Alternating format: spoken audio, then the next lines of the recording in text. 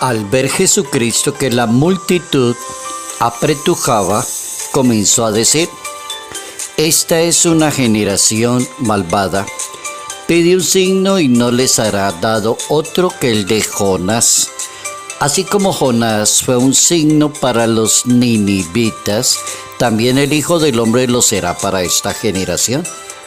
El día del juicio, la reina del sur se levantará contra los hombres de esta generación y los condenará, porque ella vino de los confines de la tierra para escuchar la sabiduría de Salomón.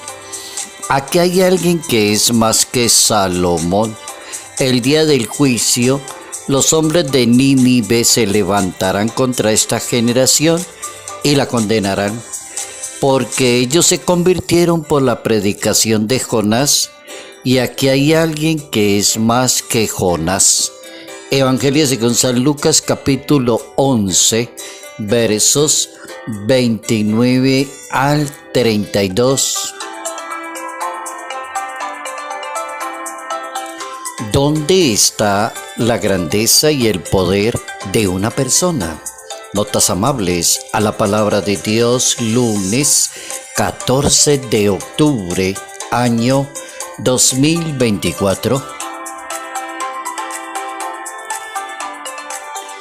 Nuestro santo para hoy es un papa, el papa número 16 en la historia de la Iglesia Católica, mediados del primer siglo de la historia. Es un papa mártir, San Calixto I, papa y mártir, año 155 al 222. Su pontificado abarcó los periodos de los años 217 y 222. Fue el primer papa en la historia de la Iglesia Católica que lo llamaron liberto, es decir, que vivió parte de su vida bajo la condición de un esclavo, sometido al duro trabajo de las minas. Una vez libre, se dedicó al servicio de la comunidad. En ese momento en la Iglesia gobernaba como papa San Seferino, y este mismo papa Seferino lo convirtió en el hombre de confianza y le encargó el cuidado de las catacumbas de la ciudad de Roma, que son los cementerios subterráneos que cuando llegan allá los turistas van de paseo a conocer los cementerios subterráneos que se llaman catacumbas. Pero allí, es decir, bajo la administración de Calixto, las catacumbas fueron ampliadas y él se encargó de hacer un trabajo mucho más amplio, varios niveles, 20 kilómetros de corredores de catacumbas. También se encargó de ser una persona de mucho testimonio, de mucha humildad, sacrificio y dedicación para los demás. Pero miren lo curioso de este papa, lo atacó los mismos. Cuando fue elegido papa en el año 217 muere San Seferino papa y Calixto es elegido pontífice, e inmediatamente aparece la envidia, la traición de Hipólito, que le dedicó todo el tiempo a acusarlo y a perseguirlo de ser un propagador de herejías, y no tuvo éxito porque lo mandaron apresado a una mazmorra y vivió allí cantidad de tiempo sin luz, sin comida y sin agua, y estaba totalmente bien cuando lo fueron a sacar. Las actas de los mártires dicen que este papa San Calixto fue el segundo papa que padeció el martirio después del apóstol San Pedro. San Calixto I, papa y mártir. ¿Dónde está la grandeza y el poder de un ser humano? Buena pregunta. La Biblia tiene una variedad muy buena acerca de cómo utilizar el poder, quién es el más grande, quién es el más inteligente, quién es el que tiene la palabra. La Biblia tiene explicaciones estrictas y muy sabias sobre ese tema.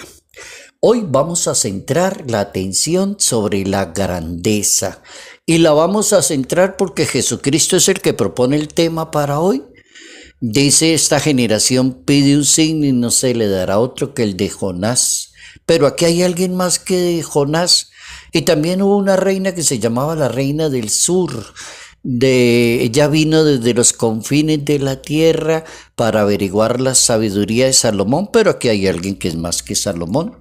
Si hay alguien que es más que Jonás y si hay alguien que es más que Salomón, la pregunta del millón, entonces, ¿dónde está la grandeza? Buena pregunta. Vamos a escuchar unas 3 o 4 máximas acerca de dónde está la grandeza y el poder que tiene una persona. Entonces, existen personas que confunden el poder, entonces no entienden la grandeza, porque comparan grandeza y poder y es estar por encima de los demás. Ahí ya se equivocó. ¿Dónde está la grandeza de una persona? ¿Cómo puede una persona evitar como ese delirio de grandeza, de orgullo, de vanidad, de prepotencia y de ser mentiroso? Porque todos los que pretenden ser grandes son personas o hipócritas o mentirosas. ¿Por qué son así? Porque son mentirosos porque para quedar grandes delante de los demás dicen lo que no son. Y hablan de estudio de lo que no han estudiado. Y hablan de cantidad de cosas que no han hecho en la vida y así se muestran ante los demás para mostrarles su poder y su grandeza. O son empleados en una empresa y dicen que no, que ellos son los que mandan y son los dueños de la empresa. Hoy vamos a pedirle a Dios esa gracia de tanta cantidad de gente que conoce uno cada rato con delirios de grandeza. ¿Cómo evitar los delirios de grandeza que le han hecho tanto mal a la sociedad, a las empresas y a la misma iglesia le ha hecho tanto mal? Entonces, existen personas que confunden los poderes. No confunda grandeza con estar por encima de los demás. Primera máxima: no confunda que usted es grande porque está por encima de los demás. No, señor. La Biblia dice: no opriman a la viuda, al huérfano y al extranjero. Oigan eso. Zacarías, el libro de Zacarías en la Biblia, capítulo 7, verso 2. No abusen, no opriman a la viuda, al huérfano y al extranjero. Segunda máxima: no abuse de la autoridad que tiene sobre los demás. Si usted tiene una autoridad, póngase al servicio de los demás, ayude a los demás, dele la mano a los demás, dice la Biblia. No abuse de la autoridad, al contrario, sea ejemplo. Oigan eso. Si usted tiene delirios de grandeza, apúntele a ser más ejemplo para los demás. ¿Quién dijo eso? La primera carta de Pedro en la Biblia, capítulo 5, verso 3 al 4. Y la tercera máxima la tiene San Pablo. San Pablo apóstol nos recomienda quitar de raíz todo aquello que ofenda a los demás. Si usted quiere sentirse por encima de los demás, grandeza, entonces no sea ofensivo. Ofensivo es la persona que hace sentir mal a los demás, humillativo, palabras groseras, soeces, denigrantes de las demás personas. ¿Quién dijo eso? San Pablo. ¿En dónde? Carta a los Efesios, capítulo 4, versos 29 al 31.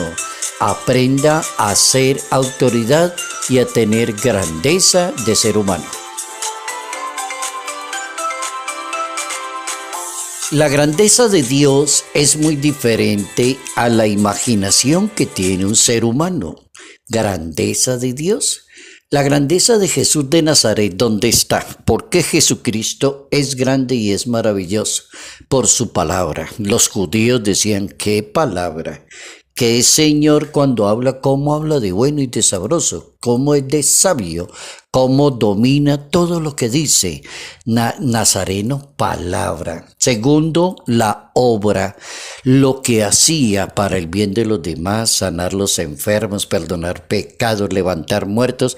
Los dejaba boquiabiertos a los judíos. Decía: tiene un poder impresionante ese Señor cuando habla y cuando le hace la caridad a los demás. 3. El poder de Jesucristo estaba en su misericordia. ¡Qué Señor tan misericordioso! Ahí tenemos las 3 categorías de la grandeza: la palabra, la obra y la misericordia, la caridad con los demás. El nazareno como que supera a los grandes notables que tuvo la historia de Israel, porque como cualquier parte de la historia que usted se ponga a estudiar, cualquier parte, si es historia antigua, medieval, moderna, cualquier cosa que usted quiera estudiar y leer, o leerse un buen libro, siempre va a tener cantidad de gente como maravillándose de la grandeza de tal persona, y lo nombran en la historia. Por ejemplo, si queremos hacer historia hoy, Jonás, historia bíblica. Jonás aparece que era un profeta, sí señor, es un profeta en la historia de la Biblia, pero tenía un problema, que era rebelde. Jonás era rebelde y a pesar de ser rebelde, lo manda Dios a que cumpla esa, rebelde es como una persona testaruda. Dios lo mandó a que cumpliera la misión y logra que los ninivitas acepten a Dios y se conviertan. Entonces el Hijo de Dios logra la conversión de la humanidad con el anuncio profético de la palabra. Envía a este señor rebeldito, testarudito, y le dice, vaya y anuncie mi palabra, y lo tendrá que hacer, y fue y lo hizo. Aparece otro personaje bíblico en la historia, Salomón, muy famoso. Es considerado el más grande de la historia de Israel, más o menos son 950 años de historia. Y una mujer valoró a ese hombre tan sabio y se llama la reina de Saba. Pues la reina se enteró de este señor muy sabio y dijo, yo tengo que conocer a ese señor en persona. Y alistó una cantidad de camellos y arrancó el viaje. Viajó con un gran número de camellos, llegó donde el rey Salomón y les puso todas sus dudas. Quería conocer a un sabio y aconsejada por alguien que es un sabio. ¿Eso está en la Biblia? Sí. En el primer libro de los Reyes, capítulo 10, está la historia de esta reina de Saba visitando al sabio Salomón. Entonces es tan importante que la grandeza de un ser humano debe estar en la calidad de vida. Esa es una buena frase para repetirlas hoy.